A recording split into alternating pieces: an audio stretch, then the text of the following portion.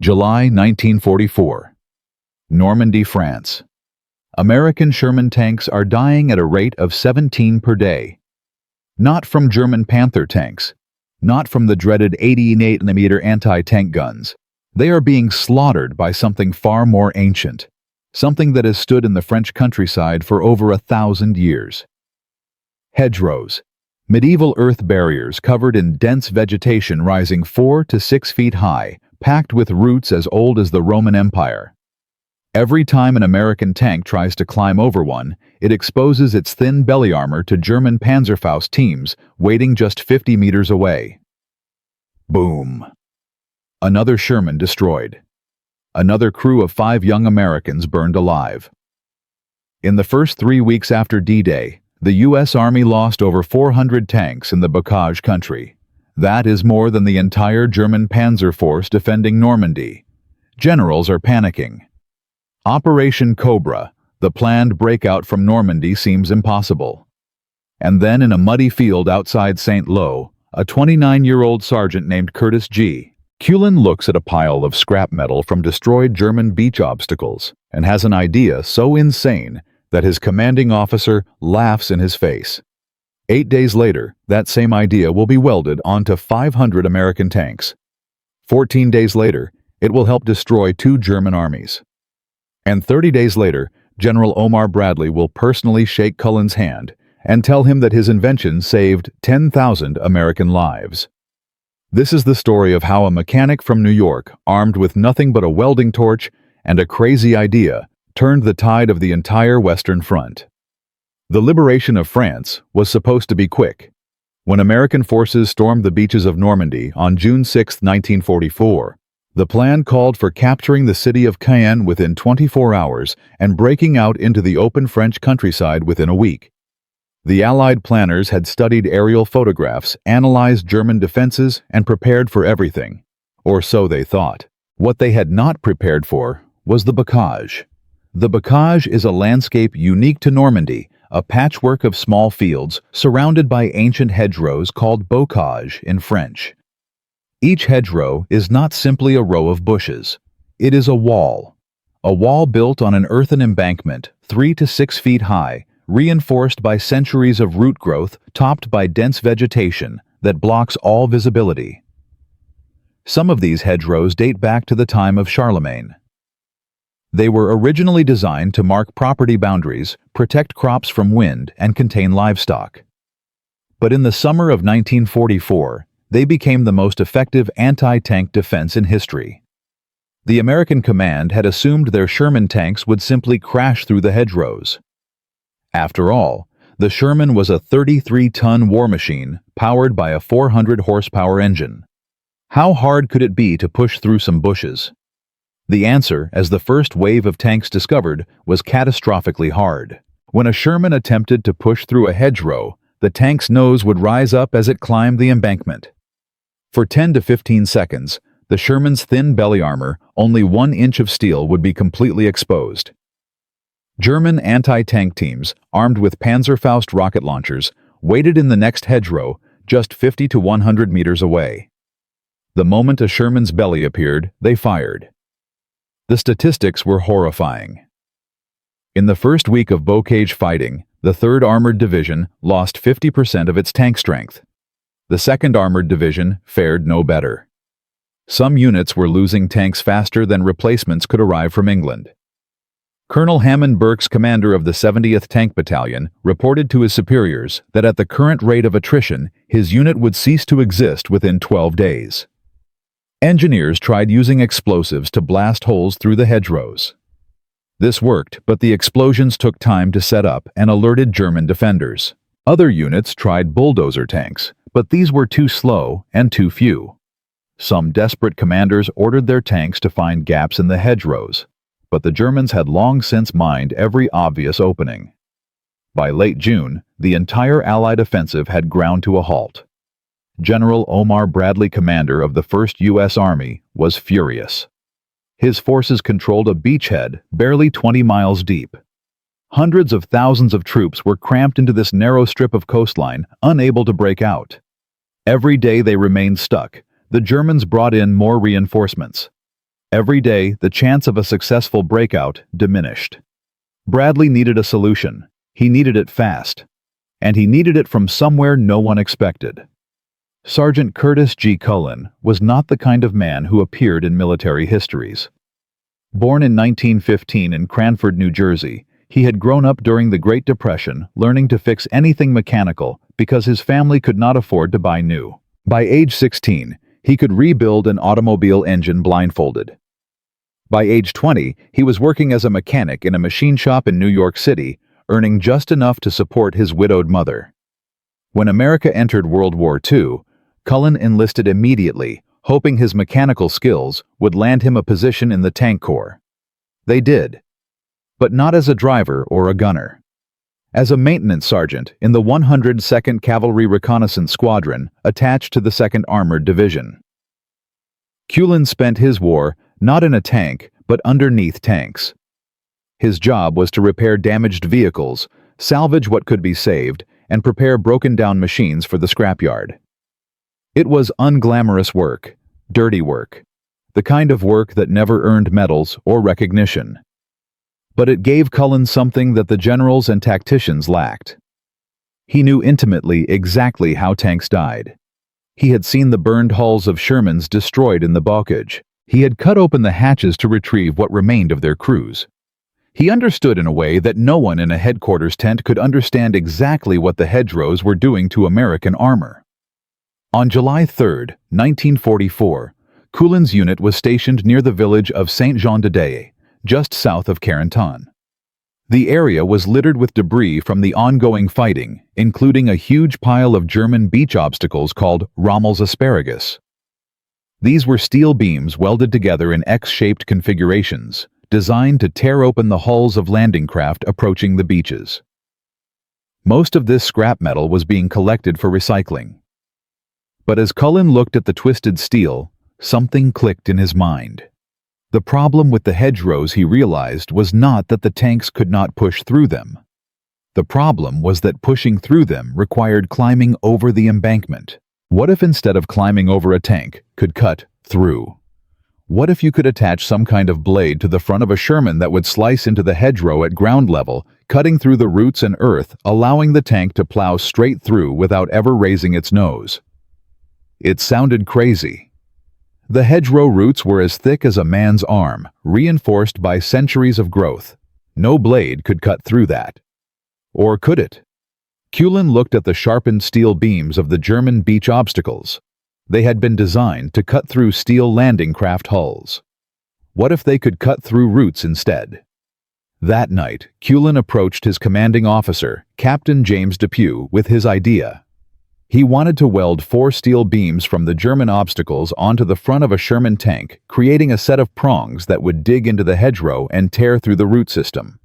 Depew listened politely, then laughed. "Sergeant," he said, "if that worked, do you not think someone smarter than us would have already thought of it?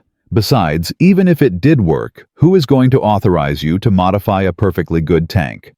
Those things cost $50,000 each. You think the Army is going to let you bolt scrap metal onto government property?" Cullen did not argue. He simply saluted and walked away. But he did not give up. The next day, he found a damaged Sherman in his maintenance yard, one that had thrown a track and been scheduled for depot-level repair.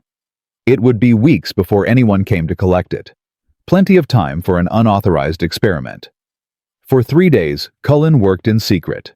He cut 4 steel beams from the German obstacles, each about 5 feet long and 6 inches wide.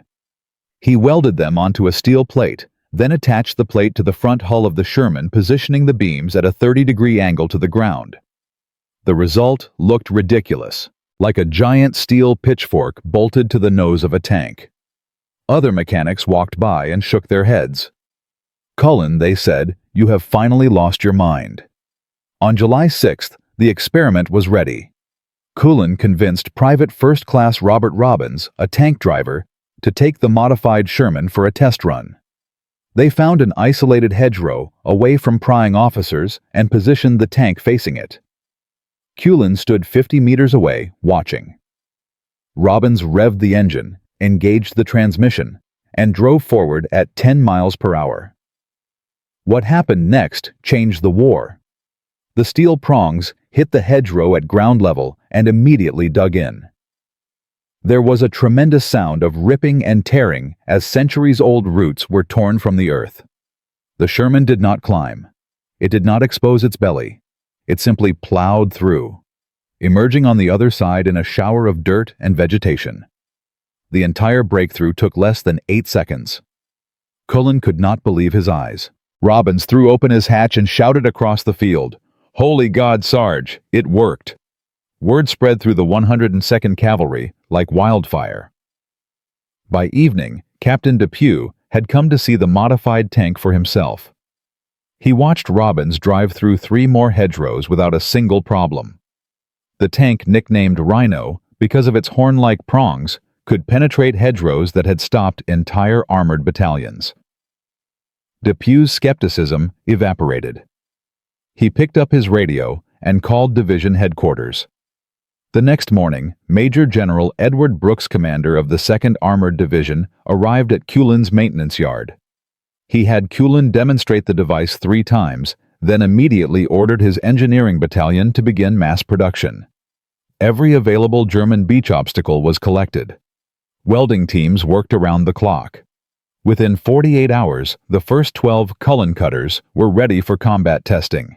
On July 10th, a company of Rhino-equipped Shermans attacked a German position near La Chapelle and Juget that had resisted 3 previous assaults. The German defenders were expecting the usual slow, vulnerable approach. Instead, the American tanks burst through the hedgerow line in seconds, appearing inside the German perimeter before the defenders could react. The position fell in 15 minutes with minimal American casualties. Reports of the success reached General Bradley's headquarters by noon. Bradley immediately ordered all available production resources diverted to manufacturing Cullen cutters. By July 20th, over 500 American tanks had been equipped with the device.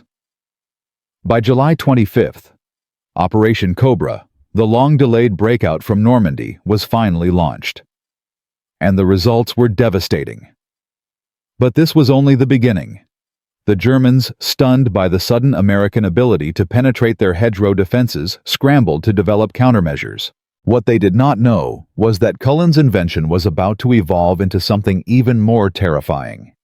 In Part 2, we will see how the Cullen cutter transformed from a simple hedge-breaking device into a weapon that would help destroy 2 entire German armies in the deadliest trap of the Western Front. We will see how one mechanic's crazy idea sparked a revolution in American tank tactics. And we will see why 80 years later, military historians still call the summer of 1944 the moment when American engineering genius changed warfare forever. How did a pile of German scrap metal become the key to liberating France? The answer lies in what happened next. In Part 1, we witnessed something extraordinary. Sergeant Curtis G. Cullen, a 29-year-old tank mechanic from New Jersey, invented a device that could solve the deadliest problem facing the American Army in Normandy. His Rhino cutter, made from German beach obstacles, allowed Sherman tanks to plow through ancient hedgerows without exposing their vulnerable belly armor. In just 1 week, over 500 tanks were equipped with his invention. Operation Cobra, the long-delayed breakout from Normandy, was finally possible. The impossible had become reality. But here is what the history books do not tell you. Before a single Rhino cutter reached the battlefield, Cullen's invention nearly died. Not from German bullets, not from technical failure. It nearly died in an American conference room, killed by the very officers who should have embraced it. Because in July 1944, convincing the U.S. Army to adopt a revolutionary idea invented by an enlisted mechanic was harder than fighting the entire German Wehrmacht. And this is where everything almost went catastrophically wrong. The date was July 8, 1944, 2 days after Cullen's successful field test. Major General Edward Brooks had seen the Rhino cutter work with his own eyes. He had immediately ordered his engineering battalion to begin production. But Brooks commanded only the 2nd Armored Division. He could not authorize Army-wide adoption. That decision belonged to the 1st Army Headquarters, specifically to the office of the Chief of Ordnance Colonel Thomas Nixon. Nixon was a career officer with 22 years of service. He had graduated 3rd in his class at West Point. He had written 3 technical manuals on armored vehicle maintenance. And he absolutely refused to believe that an enlisted mechanic with no engineering degree had solved a problem that his entire department had failed to address. When Brooks submitted a formal request for Army-wide production of the Cullen cutter, Nixon's response was swift and devastating. Request denied. The proposed modification has not undergone proper testing protocols. Field expedient devices cannot be authorized for mass production without Ordnance Department evaluation. Estimated time for evaluation, 6 to 8 weeks. 6 to 8 weeks. American soldiers were dying at the rate of 200 per day in the Bocage. Operation Cobra was scheduled for July 18th, just 10 days away, and Nixon wanted 2 months of testing. General Brooks was furious. He requested an emergency meeting with Nixon at 1st Army Headquarters in Isigny. The meeting took place on July 9th at 0900 hours. What happened in that room would determine the fate of thousands of American soldiers. Brooks arrived with Captain James Depew and Sergeant Cullen himself. Nixon sat behind his desk, flanked by 2 lieutenant colonels from his staff. The atmosphere was hostile from the first moment. General Nixon began. "I understand you have seen this device in operation, but with respect, sir, you are not an ordnance engineer. You cannot evaluate whether this modification compromises the structural integrity of the Sherman's hull. You cannot assess the long-term effects on transmission and suspension. You cannot guarantee that these welds will hold under sustained combat stress." Brooks leaned forward. "Colonel, I have watched my tanks get slaughtered for 3 weeks. I have written letters to 147 mothers telling them their sons are dead. I do not need an engineering degree to recognize a solution when I see one." Nixon did not flinch. "Regulations exist for a reason, General. Every modification to military equipment must be tested under controlled conditions. If we bypass protocols, we risk catastrophic equipment failures in the field. I will not authorize mass production of an untested device." Brooks turned to Cullen. "Sergeant, explain to the colonel how you designed this device." Cullen stepped forward, uncomfortable in the presence of so much brass. "Sir," he said, "I have been repairing Shermans for 2 years. I know where they break and why. The Rhino cutter distributes force across the entire front hull plate. The welds are the same type we use for track repairs. They have held through multiple tests. I can guarantee they will hold in combat." Nixon smiled coldly. "And you are basing this guarantee on what, Sergeant? Your extensive engineering education, your decades of research." "This is precisely why we have regulations, to prevent well-meaning amateurs from getting soldiers killed with their experiments." The meeting ended in stalemate. Nixon refused to budge. Brooks left with nothing but a promise that the Ordnance Department would expedite their evaluation. In military terms, that meant nothing would change. Cullen walked out of that headquarters believing his invention was dead. But he did not know that someone else had been listening. Lieutenant Colonel Gruber Rhodes was Nixon's deputy chief. He had sat silently through the entire meeting, watching, evaluating. Rhodes was different from his superior. He had spent 18 months in North Africa watching American tanks get destroyed by German 88mm guns. He had seen what happened when doctrine failed to adapt to reality. And he had noticed something during the meeting that Nixon had missed. Cullen's hands. They were the hands of a man who worked with metal every day. Scarred, calloused, stained with oil that would never fully wash away. Rhodes had seen hands like those before. His father had been a factory foreman in Pittsburgh. His uncle had built bridges across the Ohio River. Rhodes understood that sometimes the men who worked with machines knew things that engineers with degrees could never learn from books. That evening, Rhodes found Cullen in the maintenance yard working on a damaged half-track. "Sergeant," he said quietly, "I want to see this device of yours. Not a demonstration. I want to see you build one from scratch." For the next 3 hours, Rhodes watched Cullen work. He asked questions about weld strength, stress distribution, material composition. He examined the German beach obstacles, testing their hardness and flexibility. By midnight, he had made a decision. "Sergeant," he said, "Colonel Nixon will never approve this through normal channels. But there is another way. General Bradley is scheduled to inspect the 30th Infantry Division on July 12th. If we can arrange a demonstration in front of Bradley himself, Nixon will have no choice but to comply." Cullen stared at him. "A demonstration for the commanding general of First Army, sir. If it fails in front of Bradley, my career is over. Your career is probably over too." Rhodes nodded. "Yes, so we had better make sure it does not fail." The next 72 hours were the most intense of Cullen's life. Rhodes pulled strings to arrange the demonstration. He convinced the 30th Division commander to include a new equipment test in Bradley's itinerary. He requisitioned a pristine Sherman tank from the replacement depot and had it delivered to Cullen's maintenance yard under cover of darkness. Meanwhile, Cullen built the most perfect rhino cutter of his life. He selected the strongest steel beams from the German obstacles. He measured every angle with obsessive precision. He welded each joint 3 times, grinding and rewelding until the connections were flawless. He reinforced the mounting plate with additional gussets. He worked 20 hours straight, fueled by coffee and desperation. On the morning of July 12, 1944, the demonstration site was ready. Rhodes had selected a location near the village of Saint-Clair-sur-l'Elle, where a particularly dense hedgerow bordered an open field. The hedgerow was ancient, its roots visible where erosion had exposed the embankment. Local farmers said it had stood since the time of William the Conqueror. It was exactly the kind of obstacle that had stopped American armor for 3 weeks. General Omar Bradley arrived at 1400 hours, accompanied by his chief of staff and several division commanders. Colonel Nixon was there too, his face set in a skeptical frown. He had tried to cancel the demonstration, arguing that it was a waste of the commanding general's time.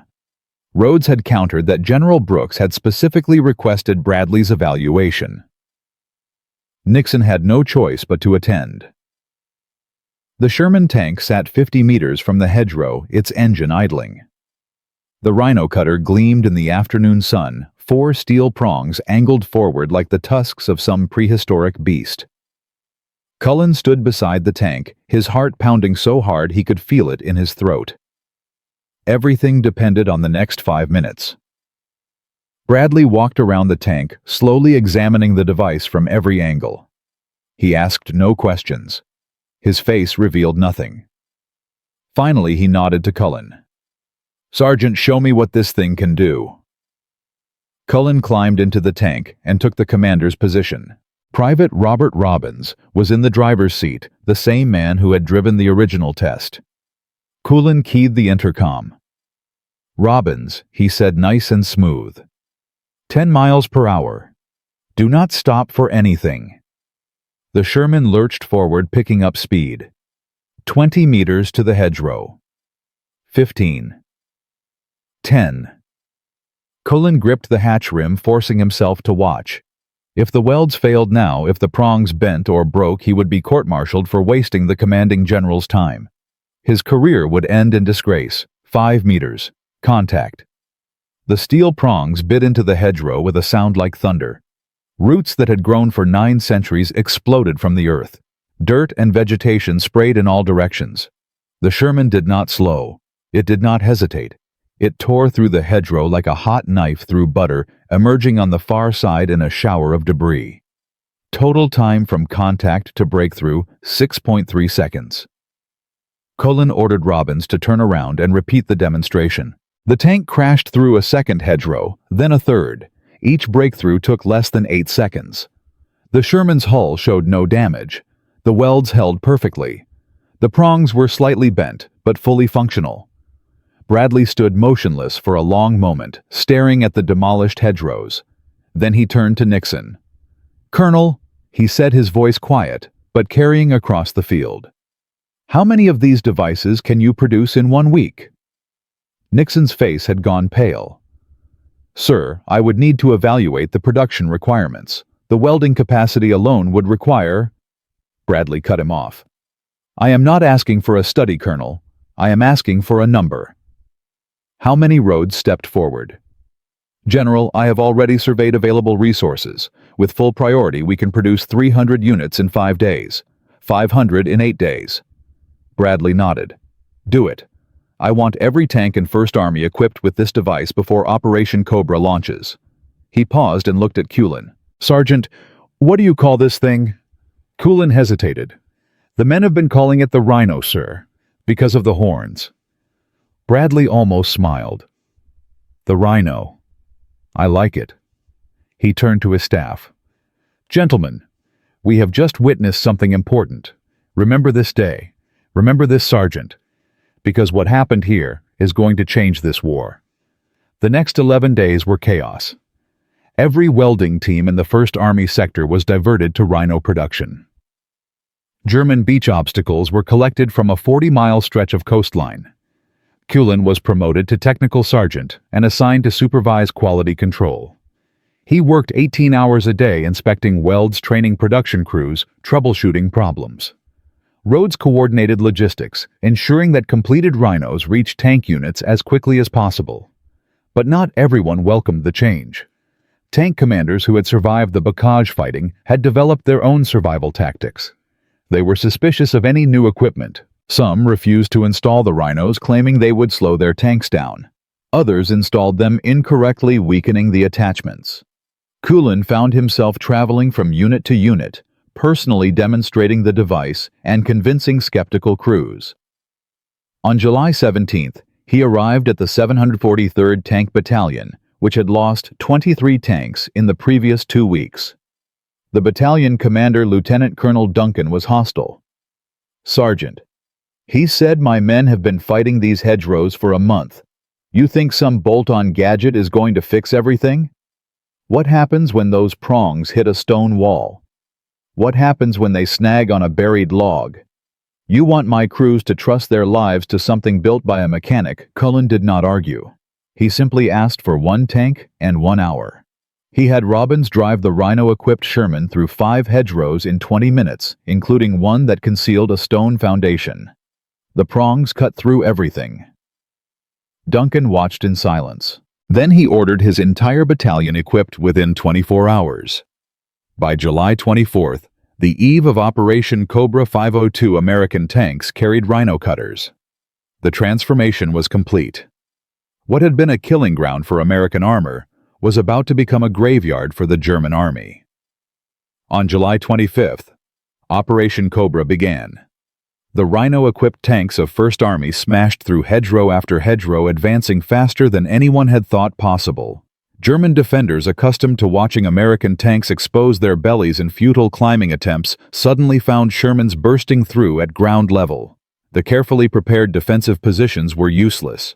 Within 48 hours, the American forces had advanced 15 miles. Within a week, they had broken out of the bocage entirely. The German reaction was immediate and panicked. Reports flooded into Wehrmacht headquarters describing American tanks that could pass through hedgerows like ghosts. The carefully constructed defensive strategy for Normandy collapsed overnight. General Gunther von Kluge, commander of German forces in the West, sent a desperate message to Berlin. "The Americans have developed a new weapon. Our hedgerow defenses are no longer effective. Request immediate reinforcement." But it was too late. The breakthrough at St. Lo had created a gap that the Germans could not close. American forces poured through, threatening to encircle the entire German 7th Army. The Normandy campaign, which had been stalled for nearly 7 weeks, suddenly accelerated toward a decisive conclusion. And yet, as American tanks rolled through the shattered German lines, a new problem was emerging. The Rhino cutter had been designed for the bocage, for the unique terrain of Normandy. It was never meant for the open fields of central France or the fortified positions of the German border. Military intelligence was already receiving reports that the Germans were studying captured Rhinos, analyzing their construction, developing countermeasures. The weapon that had broken the Normandy stalemate was about to face its greatest challenge. Because what Cullen did not know, what no one in the American command suspected, was that German engineers had already begun designing a response. In a factory outside Stuttgart, teams were working around the clock on a new generation of anti-tank obstacles, specifically designed to defeat the Rhino cutter. The element of surprise was gone. The Germans knew exactly what they were facing, and they were preparing something that would test American ingenuity to its absolute limits. In Part 3, we will see how the Rhino cutter transformed from a hedge-breaking tool into the centerpiece of the greatest encirclement battle of the Western Front. We will witness the destruction of 2 German armies at the Falaise Pocket, where the tactics pioneered by one mechanic from New Jersey helped trap and annihilate over 100,000 German soldiers. And we will discover what happens when the enemy adapts, when the advantage of surprise disappears, and when a simple invention must evolve or become obsolete. The war for the hedgerows was won, but the war for Europe had only begun. And the real test of Curtis Cullen's genius was still to come. Let us recap what we have witnessed. In Part 1, Sergeant Curtis G. Cullen invented the Rhino cutter, a simple device made from German beach obstacles that allowed American tanks to smash through the deadly hedgerows of Normandy. In Part 2, he fought a different kind of battle, convincing skeptical officers to adopt his invention. He succeeded. By July 24, 1944, over 500 American tanks carried his device. Operation Cobra was ready to launch. But as the first Rhino-equipped Shermans tore through German defensive lines, something unexpected happened. The Germans did not simply retreat. They adapted. They studied. They prepared countermeasures. Within 72 hours of Cobra's launch captured, Rhino cutters were being shipped to engineering facilities in Germany for analysis. The element of surprise was gone, and now the real test would begin. This was no longer an experiment. This was total war, and the stakes were about to become unimaginably high. On July 28, 1944, 3 days after Operation Cobra began, a German staff car arrived at Field Marshal Gunther von Klug's headquarters in La Roche-Guyon. Inside was a preliminary report from the Wehrmacht's Technical Intelligence Division. Von Klug read it twice, his face growing darker with each line. The Americans had solved the hedgerow problem. His entire defensive strategy for Normandy was now obsolete. The report was devastating. In the first 48 hours of Cobra, German forces had lost 127 tanks and assault guns. Not to American air power, not to artillery, to Sherman tanks that could now penetrate hedgerow defenses faster than German crews could react. The carefully prepared killing zones had become death traps for the defenders instead of the attackers. Positions that should have held for days were falling in hours. Von Klug immediately convened an emergency meeting with his corps commanders. The Americans have developed a mechanical solution to the bocage, he told them. Our defensive doctrine is no longer viable. We must find countermeasures immediately. The German response was swift. Engineers were ordered to design new obstacles specifically intended to defeat the Rhino cutter. Steel beams buried at angles that would deflect the prongs. Concrete blocks positioned to jam between the tusks. Mines buried deeper where the cutting action would trigger them. Within a week, German units began receiving instructions for these new defensive measures. But the Germans faced a fundamental problem. They were retreating too fast to implement the countermeasures effectively. Every day, American forces advanced 5 to 10 kilometers. Every day, German units fell back to new positions before they could properly fortify them. The Rhino cutter had not just solved a tactical problem. It had created a strategic avalanche that the Wehrmacht could not stop. German losses mounted catastrophically. In the first week of August, the German 7th Army lost 350 tanks and over 20,000 men killed or captured. Entire divisions were reduced to remnants. The 352nd Infantry Division, which had defended Omaha Beach on D-Day, was destroyed as a fighting force. The Panzer-Lehr Division, one of Germany's elite armored units, lost 90% of its equipment. Field Marshal von Klug sent increasingly desperate messages to Berlin. The enemy has achieved complete tactical superiority in mobile warfare. Our forces cannot establish defensive positions before being overrun. Request immediate reinforcement or authorization to withdraw to the Seine. Hitler's response was predictable. No retreat. Hold every position to the last man. Von Kluge knew this order was suicidal, but he had no choice except to obey. The German army in Normandy was trapped between Hitler's delusions and American steel, and the trap was about to close completely. But the American advance was not without problems. As the Rhino-equipped tanks pushed deeper into France, unexpected issues emerged.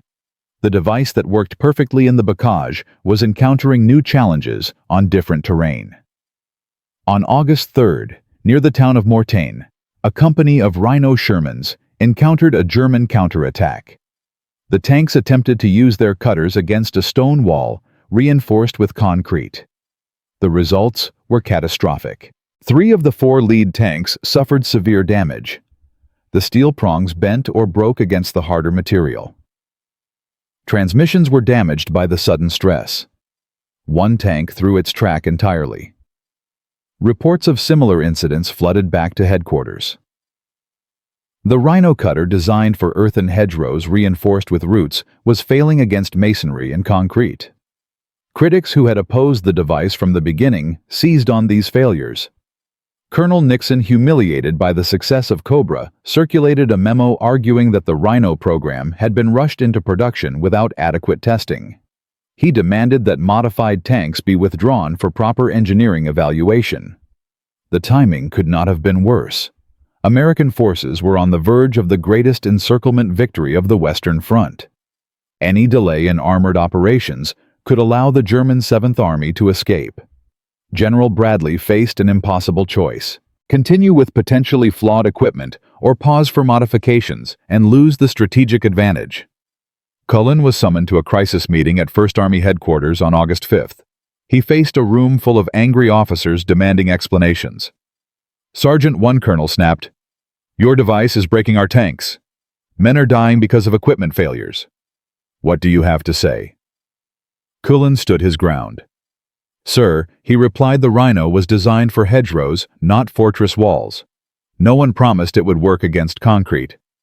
But I can modify the design. Reinforce the prongs with additional steel. Add a breakaway feature so the mounting plate fails before the transmission does. Give me 48 hours. Lieutenant Colonel Rhodes intervened. "General," he said, "we do not have time for a redesign, but we can issue tactical guidance. Rhino tanks engage hedgerows and earthworks only. Stone walls and concrete are bypassed or reduced by engineers and artillery. The device works. We just need to use it correctly." Bradley made his decision. "Continue operations. Issue the tactical guidance immediately.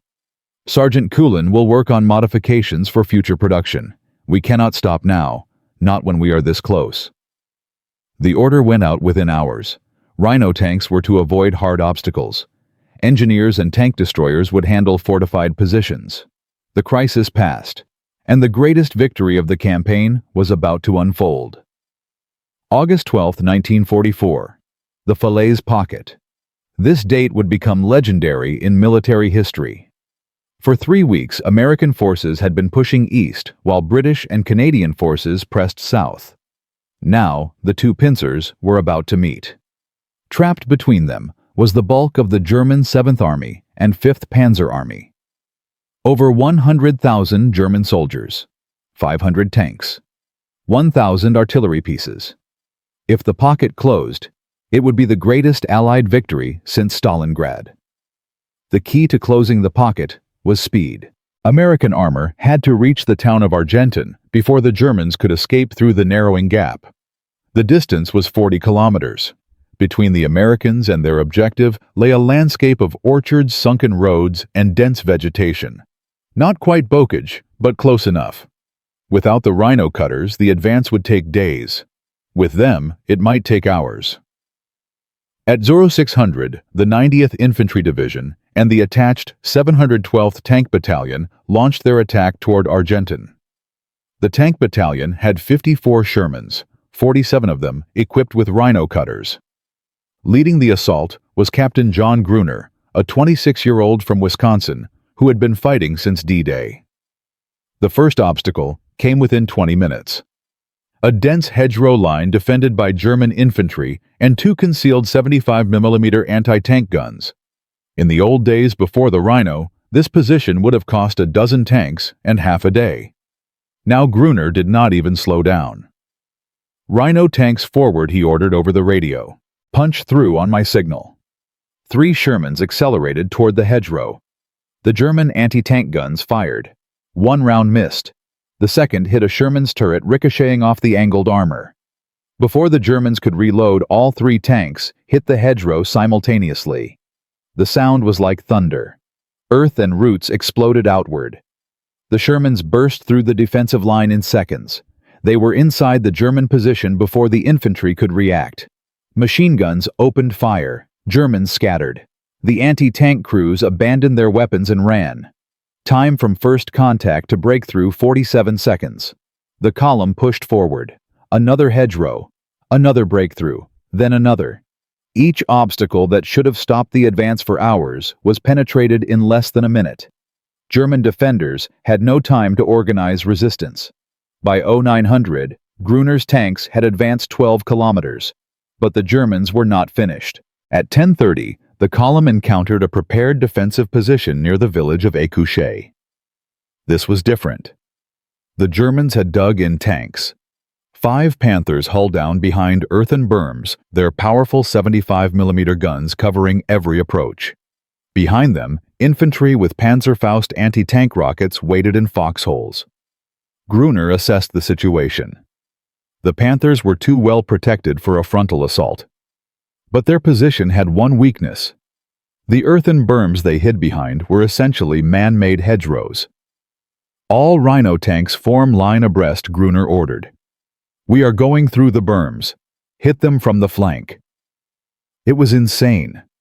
Charging Panther tanks with Shermans was usually suicide. But Gruner was not planning a conventional attack. His tanks would not climb over the berms and expose their bellies. They would cut through them, emerging at ground level inside the Panthers' defensive perimeter. At 10:47, 7 Rhino Shermans charged the German position. They hit the berms at 15 miles per hour. Steel prongs tore through the earth. The tanks exploded through the defensive works emerging 30 meters from the surprised German crews. At that range, even the Sherman's 76mm gun could penetrate Panther side armor. The battle lasted 4 minutes. 3 Panthers were destroyed. 2 were abandoned when their crews fled. German infantry trapped between the Shermans and their own defensive works surrendered in groups. Final count: 5 tanks destroyed, 180 Germans killed or captured. American losses: 2 tanks damaged, 3 men wounded. By 1400, Gruner's column reached the outskirts of Argenton. They had covered 40 kilometers in 8 hours, smashing through 17 defensive positions. The speed was unprecedented. Nothing in military doctrine had predicted such rapid armored advance through defended terrain. Private William Hastings, a loader in Gruner's command tank, wrote to his wife that night, "We went through the German lines like a hot knife through butter. Every time they set up a position, we just drove right through it." The Krauts could not believe what they were seeing. Neither could we. News of the breakthrough spread through the Allied command like wildfire. Within 24 hours, the implications were clear. The Rhino cutter had not just solved the hedgerow problem. It had fundamentally changed the nature of armored warfare. Defensive positions based on terrain obstacles were no longer viable against American forces. The German strategy of trading space for time had collapsed. The statistics told the story. Before the Rhino cutter, American armored divisions in the Bocage advanced an average of 1.2 kilometers per day. After widespread Rhino adoption, that figure jumped to 8.7 kilometers per day, a 625% increase. Tank losses from hedgerow-related vulnerabilities dropped by 73%. Time to breach defensive positions decreased from an average of 4.3 hours to 23 minutes. The Falaise pocket closed on August 21st. Inside, the German army experienced its worst defeat in the West. 10,000 German soldiers were killed. 50,000 were captured. 500 tanks and assault guns were destroyed or abandoned. 1,000 artillery pieces were lost. 2 entire armies, the 7th and 5th Panzer, ceased to exist as fighting forces. Field Marshal von Kluge, who had predicted this disaster weeks earlier, was summoned back to Germany. He never arrived. On August 19th, he took cyanide near the town of Metz. His suicide note blamed Hitler for the catastrophe. American newspapers called it the greatest victory since D-Day. Generals praised the fighting spirit of the troops, the brilliance of the tactical planning, the superiority of Allied air power. But those who had been in the bocage knew the truth. The breakthrough that made Falaise possible had started with a mechanic and a pile of scrap metal. On September 4, 1944, Sergeant Curtis G. Cullen received the Legion of Merit from General Omar Bradley personally. The citation praised his outstanding ingenuity and mechanical skill that contributed materially to the success of the Normandy campaign. Cullen stood at attention while Bradley pinned the medal on his chest. Behind him, hundreds of soldiers watched. Many of them owed their lives to his invention. But what happened to Cullen after the war ended? What became of the man whose crazy idea saved thousands of lives and changed military history? The answer is a story that almost no one knows. A story of humility, obscurity, and a lesson about how nations remember their heroes. In Part 4, we will follow Cullen from the battlefields of Europe back to civilian life. We will discover what happened to the Rhino cutter after the war, how it influenced military thinking for decades to come, and why the man who invented it was almost completely forgotten by history. We will learn about the letters he wrote, the interviews he refused, and the quiet life he chose instead of fame. And we will ask the question that this entire story has been building toward. What does it mean when a nation's greatest heroes are not generals or presidents, but ordinary people who saw a problem and refused to accept that it could not be solved? This story has one final chapter, and it may be the most important one of all. Let us trace the incredible journey we have witnessed together. In Part 1, a 29-year-old mechanic named Curtis G. Cullen looked at a pile of German scrap metal and saw something no one else could see. He invented the Rhino cutter, a device so simple that experts laughed at it, so effective that it changed the entire war. In Part 2, he fought against military bureaucracy, convincing skeptical officers that his crazy idea could work. In Part 3, we watched the Rhino cutter tear through German defensive lines, enabling the greatest Allied victory since D-Day. The Falaise pocket closed. 2 German armies were destroyed. Thousands of American lives were saved. But what happened to the man behind this revolution? What became of Curtis G. Cullen after the guns fell silent? This story has one final twist that almost no one knows. Because success, as it turns out, sometimes comes with a price that cannot be measured in medals or promotions. And the ending of this tale is not what you might expect. The war in Europe ended on May 8, 1945. Sergeant Curtis G. Cullen was still serving with the 102nd Cavalry Reconnaissance Squadron, which had pushed all the way from Normandy to the heart of Germany. He had survived nearly a year of continuous combat. He had watched friends die. He had repaired countless tanks and invented the device that helped win the war. And now, like millions of other American soldiers, he waited to go home. Cullen's Legion of Merit, awarded personally by General Bradley, should have opened doors. Other soldiers who had made significant contributions to the war effort were offered officer commissions, technical positions with defense contractors, or consulting roles with the newly forming peacetime military. Cullen received none of these offers. When he inquired about opportunities to continue working on armored vehicle development, he was politely told that such positions required engineering degrees. His practical experience apparently did not count. In September 1945, Technical Sergeant Curtis G. Cullen was honorably discharged from the United States Army. He returned to Cranford, New Jersey with his medal, his memories, and nothing else. No pension beyond the standard veterans' benefits. No recognition beyond a brief mention in a few military journals. No job offers from the companies that had mass-produced his invention. Cullen went back to what he knew. He found work as a mechanic at a garage in Newark. He married a woman named Dorothy in 1947. They had 2 children. He never spoke publicly about his wartime invention. When neighbors asked about his service, he would simply say that he had been a tank mechanic in Europe. Nothing special. But others who had been part of the Rhino story fared differently. Lieutenant Colonel Gruber Rhodes, who had championed Cullen's invention against Colonel Nixon's opposition, was promoted to full colonel and later served in Korea. General Bradley mentioned the Rhino cutter in his memoirs, though he misspelled Cullen's name. Colonel Nixon, who had tried to kill the project, quietly retired in 1946 and never mentioned the incident again. The contrast was stark. The officers who had supported or opposed the Rhino cutter continued their careers. The enlisted man who actually invented it disappeared into obscurity. It was a pattern as old as military history itself. Generals receive credit for victories. Common soldiers receive only graves and memories. In 1963, a military historian named Max Hastings tracked down Cullen for an interview. He found a 48-year-old mechanic working at an auto repair shop in Elizabeth, New Jersey. Cullen was polite but reluctant to talk. When Hastings asked why he had never sought recognition for his invention, Cullen's answer was simple. "I did what needed to be done," he said. "A lot of men did the same thing. I was just lucky enough to have my idea work out. That does not make me special." Curtis G. Cullen died on June 17, 1963, of a heart attack. He was 48 years old. His obituary in the local newspaper mentioned his military service, but said nothing about the Rhino cutter.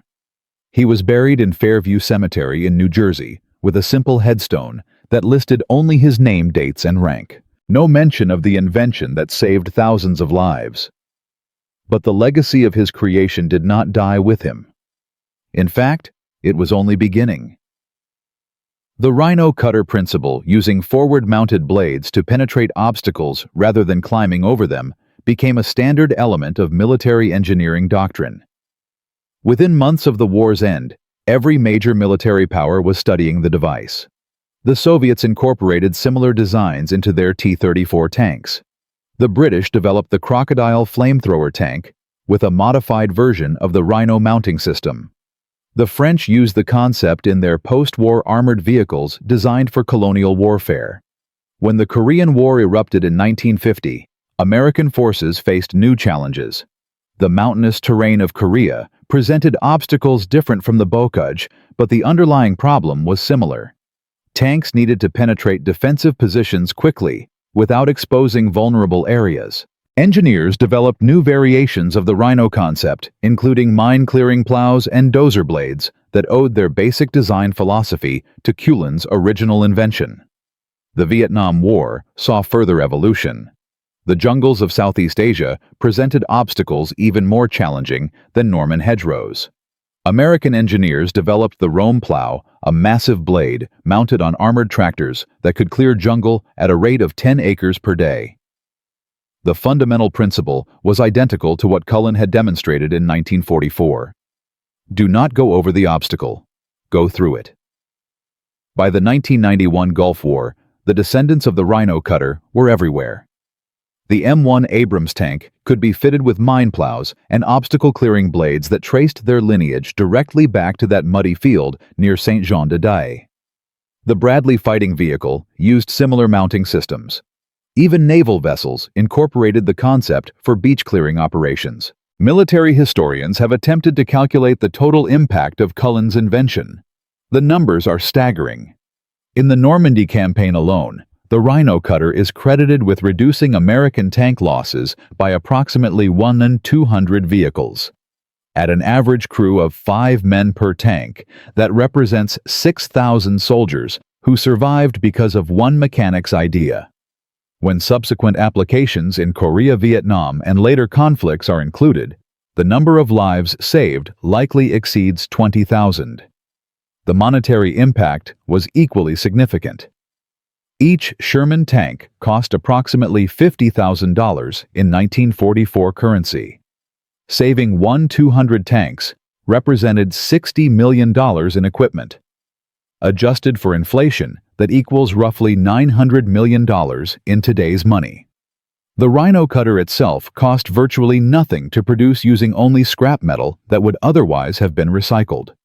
Today, 80 years after its invention, the rhino principle remains embedded in military doctrine. The U.S. Army's current obstacle-clearing systems, including the assault breacher vehicle, incorporate design elements that can be traced directly to Culin's original concept.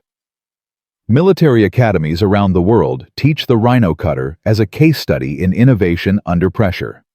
It has become one of the most influential individual inventions in the history of armored warfare. But the legacy of Curtis Culin extends beyond engineering.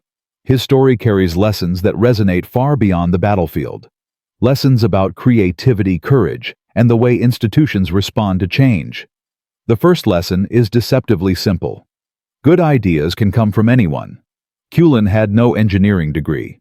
He had no formal training in tank design. He was a mechanic, a man who fixed things for a living. Yet he saw a solution that thousands of trained engineers had missed. Why? Because he worked with tanks every day.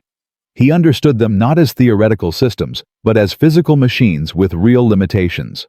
His practical knowledge gave him insights that academic expertise could not provide. This pattern appears throughout military history. The periscope rifle, which allowed soldiers to fire from trenches without exposing themselves, was invented by a lance corporal, not a general. The LCVP landing craft that made D-Day possible was designed by a Louisiana boat builder with no military background. The proximity fuse, one of the most important weapons innovations of World War II, was perfected by a team that included watchmakers and radio hobbyists. The second lesson is more troubling. Institutions resist innovation even when lives are at stake. Colonel Nixon was not a villain. He was a professional officer following established procedures. Those procedures existed for good reasons. Untested equipment could fail catastrophically. Rushed modifications could kill the soldiers they were meant to protect. But in the urgency of war, those procedures became obstacles to survival. Nixon's insistence on months of testing would have cost thousands of lives. This tension between caution and innovation exists in every large organization. Corporations reject disruptive ideas because they threaten existing business models. Governments resist policy changes because bureaucracies are designed for stability, not adaptation. Militaries cling to proven doctrines because changing tactics is dangerous and uncertain. The challenge is knowing when to follow the rules and when to break them. The third lesson is about courage. Culin knew that unauthorized modification of military equipment could end his career. He knew that challenging senior officers was dangerous for an enlisted man. He did it anyway, not because he wanted glory or recognition, but because men were dying and he believed he could help. That kind of moral courage, the willingness to risk personal consequences for the greater good, is rarer than physical bravery. Similar examples fill the annals of military innovation. Billy Mitchell risked court-martial to prove that aircraft could sink battleships. John Boyd sacrificed his career to develop the theories that revolutionized fighter combat. Hugh Thompson landed his helicopter between American soldiers and Vietnamese civilians at My Lai, knowing he might be shot by his own comrades. In each case, an individual chose principle over self-interest. The fourth lesson connects directly to our present moment. Innovation is not optional. The military that adapts fastest wins. The company that embraces change survives. The society that encourages experimentation flourishes. The rhino cutter succeeded not because it was technically brilliant, but because it was tested, refined, and deployed faster than the Germans could respond. Speed of adaptation was the decisive factor. And there is one final detail of this story that almost no one knows.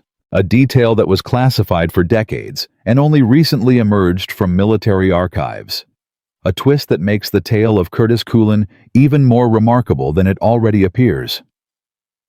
In 2008, military historians gained access to previously sealed German intelligence files from the Normandy campaign. Among the documents was a report dated July 29, 1944, from the Wehrmacht's Technical Intelligence Division. The report analyzed a captured rhino cutter and attempted to trace its origin.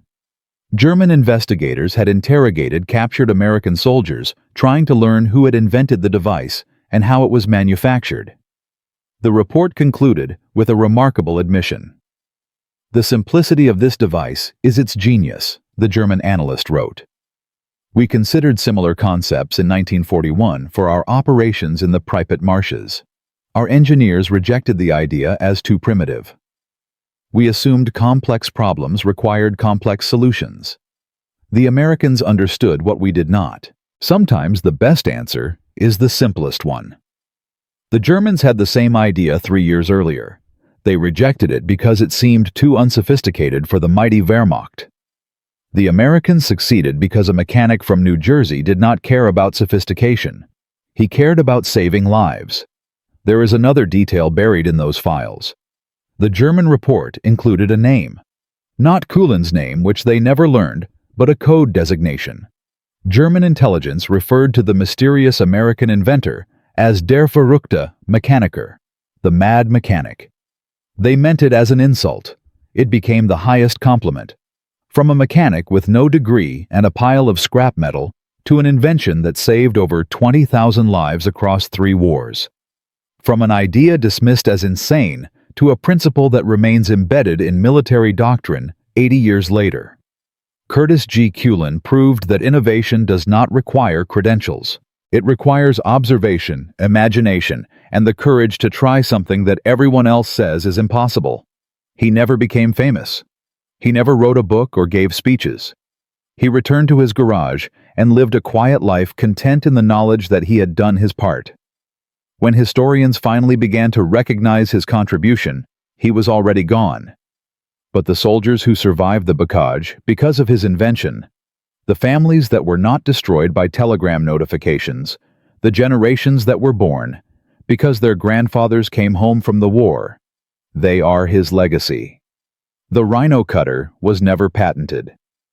Kuhlen never received a penny in royalties for an invention worth hundreds of millions of dollars. He did not seem to care. Some contributions he apparently believed should belong to everyone. If you know a story like this, a tale of an unknown person whose crazy idea changed history, share it in the comments. The world is full of forgotten heroes. They deserve to be remembered. This is just one of hundreds of innovations from World War II that emerged from unexpected sources. Mechanics, farmers, factory workers, housewives. Ordinary people who saw problems and refused to accept that solutions were impossible. Their stories are waiting to be told. And the next time someone tells you that your idea is too simple, too crazy, too far outside your expertise, remember Curtis Kuhlen. Remember the mechanic who looked at German beach obstacles and saw the key to victory. Remember that the expert said it would never work. From a muddy field in Normandy to the armored vehicles of the 21st century. From one man's refusal to accept defeat to the survival of thousands. That is the power of seeing what others cannot see, of trying what others will not try, of believing when others only doubt. That is the power of the mad mechanic. And that power lives in every person who dares to imagine that things could be different. The only question is whether you will use it